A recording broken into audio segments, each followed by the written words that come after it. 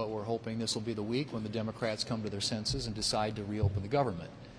Of course, if you look at why we are here in the first place, it's hard to explain. I still don't know exactly what it is they want.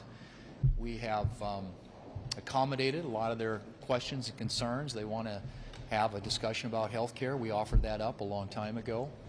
And, clearly I've talked repeatedly about having a normal appropriations process where we put bills on the floor, open it up to the amendment process, and allow people to have their voices heard in how we fund the government the old-fashioned way. So I'm still at a loss as to what it is exactly they're trying to get out of this.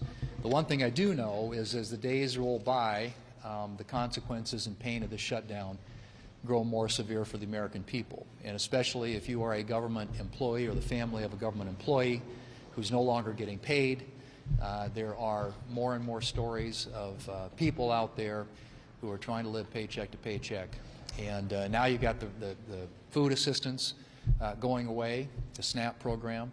You have Head Start and young kids who need to be able to have access to education. That's increasingly at risk. You'll see more and more probably next week with Veterans Day rolling around, Democrats out there posting nice videos and photos with veterans, which most of us probably should and will do.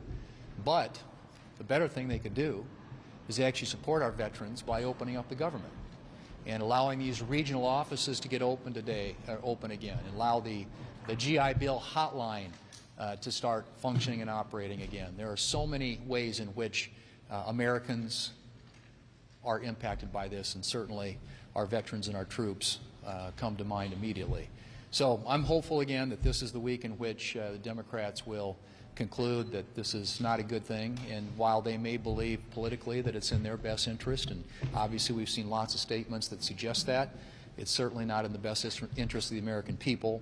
The American people are those who are caught up in the political games being played here in the Senate by the Senate Democrats.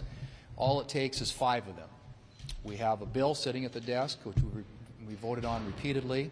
It came over from the House of Representatives, meaning that as soon as the Senate passes it, it goes directly to the President. He will sign it into law. The government will reopen. And all these adverse consequences that are being experienced by people across this country will go away. That's all it takes. 5 more Democrats, 5 Democrat senators with the courage to take on their political base and their leaders and to do what's in the best interest of the American people. Mr. Leader, walk us through the play call here, the potential play call here, the idea that there might be some sort of an agreement to move the CR to a later date in January, vote Thursday night, Friday night, something like that. And is there a disagreement between the date between the Senate and the House? Well, I think obviously since we are now into November and the CR, we've lost 5 weeks. So the November 21 deadline no longer makes a lot of sense. So clearly it would have to be extended, and there is a conversation around what that next deadline would be. But the hope and expectation would be that we could get appropriations bills on the floor, get them considered and passed, so that we can fund the government through the normal appropriations process. Nobody wants a year-long continuing resolution, least of all the Defense Department, and the best way to avoid that is to move appropriations bills. The date is still something that's being, I would say, being discussed. And is that because there's an issue in the Senate, or there's disagreement between the Republican leadership in the Senate and the Republican leadership in the House? It's a function of it's Republicans and Democrats in the House and the Senate. I mean, obviously, you've got to have the votes to execute on whatever it is we put on the floor. And so, we want to make sure that we do that in a way that enables us to have success. And if we have to change the date, which we will, here in the Senate to send something back to the House, we obviously want something that will pass the House and will be signed into law by the President. Given all the suffering in the country right now, and given the fact that you've held these press conferences every week and the Speaker has held them daily, why is it, do you think, that public opinion is not carrying the day on this issue? I don't know, and honestly, I've said this before. I really try to avoid making this an issue out of what the polls say or who's winning or losing, because nobody wins. Shutdowns are stupid. I've been here long enough to have been through a few of them. Nobody wins.